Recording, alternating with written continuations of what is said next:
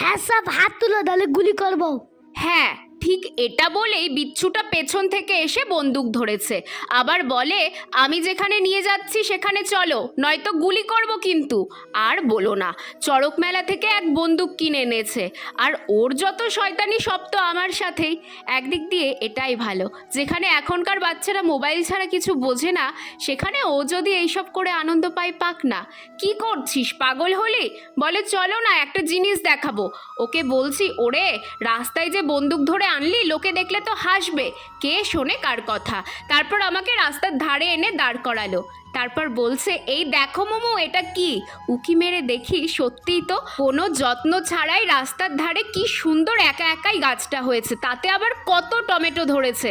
ঋষি আবার বলছে, মোমো এটা তো রাস্তার ধারে হয়েছে, একটা টমেটো ছিঁড়লে কিছু হবে না, বলেই শুরু করে দিয়েছে। আটা ওয়াটার বড় মজাদা, ওয়াটা ওয়াটার বড় মজাদা।